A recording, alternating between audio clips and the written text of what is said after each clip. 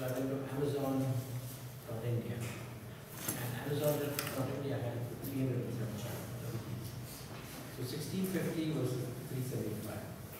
So, and then so I ordered from Amazon, and they said it takes about 4 days to deliver, but the next day they were at my house. And they couried it right to my house. Right? So no travel expense, nothing. So, you know, when you go shopping, all kinds of money is made in all different ways. Like Amazon is trying to be the most efficient delivery because they want you to be long-term repeat buying. While this shop here was, you're never going to come back to buy the thing again. Then you have the maximum price that you can get. Sir, it was 26. Huh? For me, it was 26. Anyway, so very important to actually define value proposition correctly. The reason is that when you go like this for your value proposition, you're going to find that you're automatically shutting your head off from alternative solutions to solve the same problem. So, you know, there are many ways to solve this problem. Informed mind, right? You can actually provide a website where people can do it, you know, and now everybody's got browser on their thing. So like we wanted some method which will not be accessible online, it will be accessible only inside the mall. Yeah, so It's then, for live. so then you're not, you should say provide more informed mind, define the value proposition a little bit more tighter. Right? So you define the value proposition a little bit more tighter and say that it's like when people go shopping, basically you want them to buy, have an informed mind within a shopping mall. So that is the real value proposition, right? Informed mind within a shopping mall.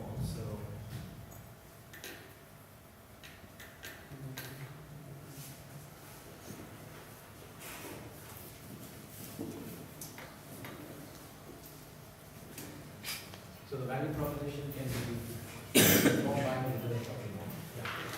Here, one user or customer is the person who comes to the mall and buys the product. The mall is also a customer, right?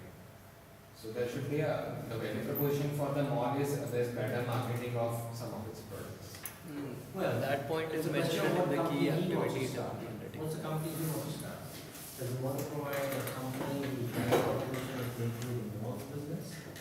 Or is it a company that improves something to the consumer? No, basically like, you know, that will be a part of this value proposition. Where if all the, he's got to figure out how to convince the mall that by using his ad, they're going to get more business.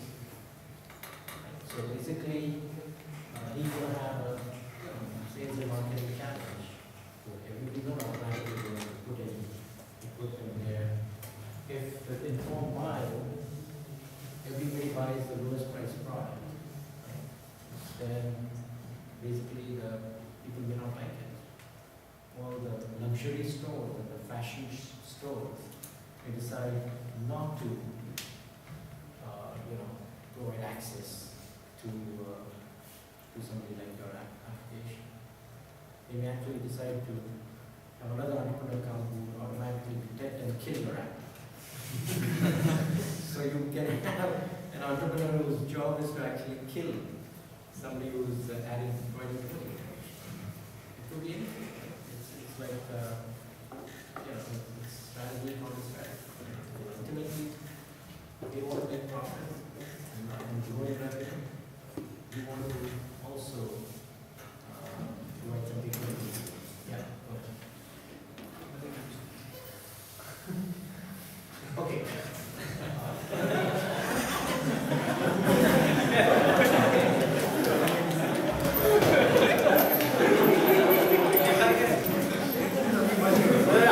We have mentioned all these points in the key activities. In the key activities, Yeah, we mentioned these points.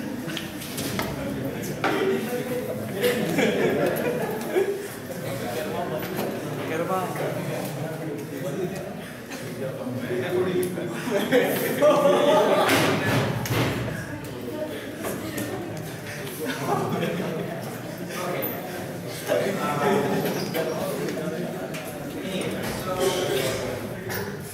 value proposition is not going to be, it needs to be figured out properly. Because if you don't figure it out properly, your assets is going you're really not going to be able to clearly define, what your company is.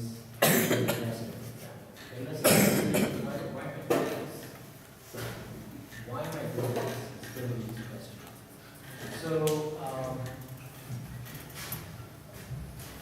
okay, so you want to inform my So, ultimately, if you have informed buying within shopping malls, is that going to result in customers really wanting this product?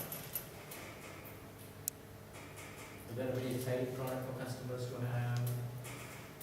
And customers might like it. And customers would like it, right? They would, because if they're getting for example, you're saving 1,500 rupees on that charger. So when you realize that, they will feel like. Yeah, you will have for that. Then you're going to do that, yeah. So actually, if you look at it, they found that the reason that people buy on a website that also provides product reviews, it's because they're getting real information about the product. They're not getting advertised information about the product. Because advertised information is information that the seller is putting out there. The reviews are something that a buyer is putting out there. Somebody has bought it and then telling you how good the product is. Right? So this is actually, in my opinion, a pretty good value to inform buying. And to provide that informed buying in a real-time environment is going to be important because with the informed buying within a shopping mall, or you can actually even more generalize this by saying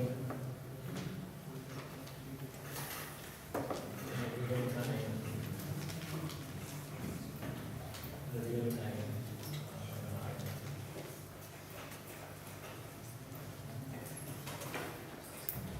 So once you write it as real-time environment instead of shopping mall, what you've done is you've expanded your market.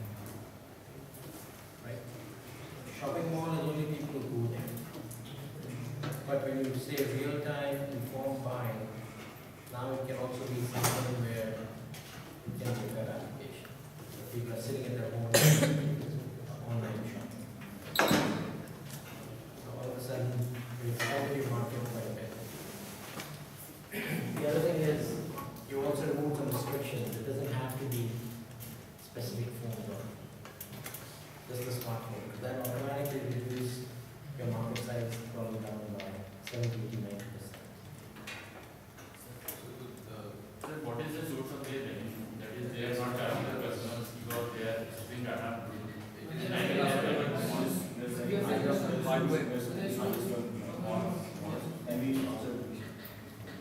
So what you are saying is that we can just give them, like the customers can access it on internet and see if the product is available or what's the price from their home. Yes, where it's available, Yeah, where it's available. and all that stuff, right? But you might find that there are already websites where there are already portals. So maybe that one doesn't make sense. So then you're going to narrow it down. Like, So if we your can company just doesn't provide make them- sense because there are already people out there, then you say, okay, that market I cannot address because 5 years too late. It can be the next. Now then you go in and zero in on. So when our business kind of changes, then simultaneously we also have to change the executive summary. Executive summary represents what the company is all about. Everything is going to change. Every time you pivot, this is called pivoting. You're pivoting or changing direction. As you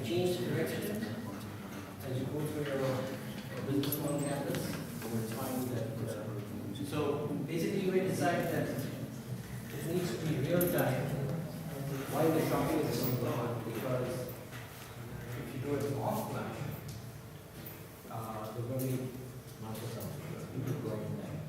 So once the browser came out and all these things came out, you can pretty much research any product, you can get prepared for shopping, you can do everything right online. So that's already there. Now there are also browser extensions which show you comparison between all the online selling. Exactly. So that's all. That market is done.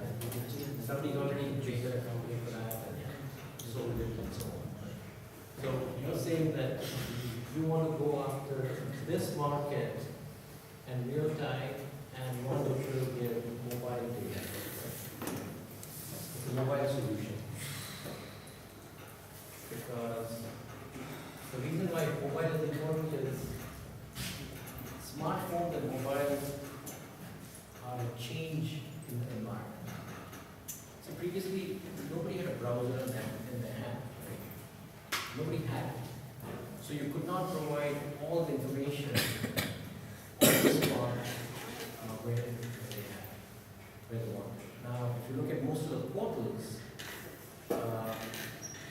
their information is all spread out. Right? And even browsing is very slow on mobile, right? Because there's too much information, and it's not.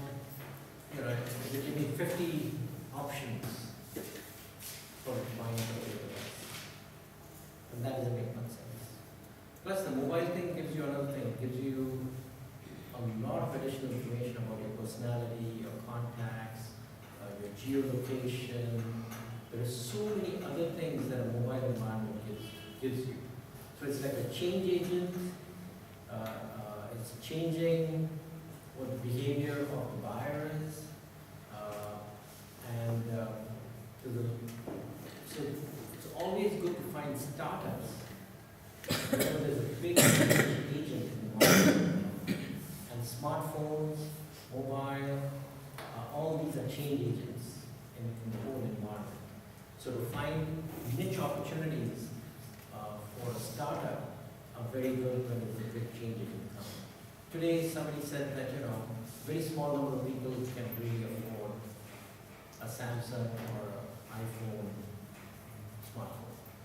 And then you spend probably 500 rupees a month on unlimited data pack and so on from your phone.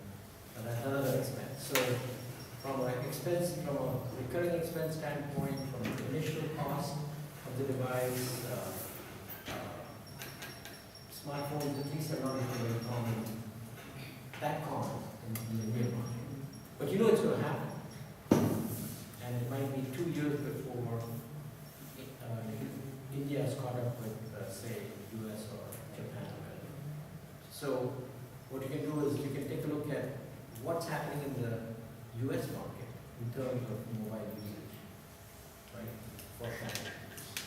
And then you can say, today nobody has done this in India because, mobile is not there, that much penetration. So I can go ahead and be the first to have everything ready, and when the mobile market comes, I have indigenized, optimized for India conditions application for that particular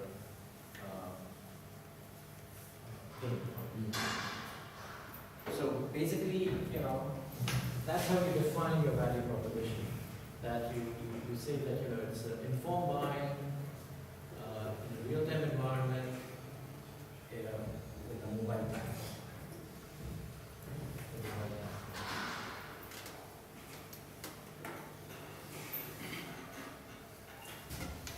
So that's that becomes the value proposition. Now it makes sense. And now you can say, okay, this is what my value proposition is, then who's going to be using my product? That's your customer segment. And then you go to, all the other segments you start filling out for that particular value proposition. So, I'd really like everybody to at least take a crack at taking their own, there are 7 products, right? So So for each of the 7 projects, at least get the value proposition done. If you want, you can come and discuss with me in my office or whatever, because really important that you get your value proposition correct. Because if you don't get that correct, then you do all this work surrounding this small campus that won't make much sense. Okay, so by Thursday, let's go through the remaining value propositions for everybody in the class. So everybody can get a chance to kind of feedback as to what every project is like. Okay, so tomorrow let's see you at 7 o'clock. Everybody can you will make it 7 o'clock or 7 So 7:10. We have a class. You cannot leave it open. In 5 minutes we'll be there. Okay, either way 7 or 5 or that's all. Sir, the same place in front of Same me. place.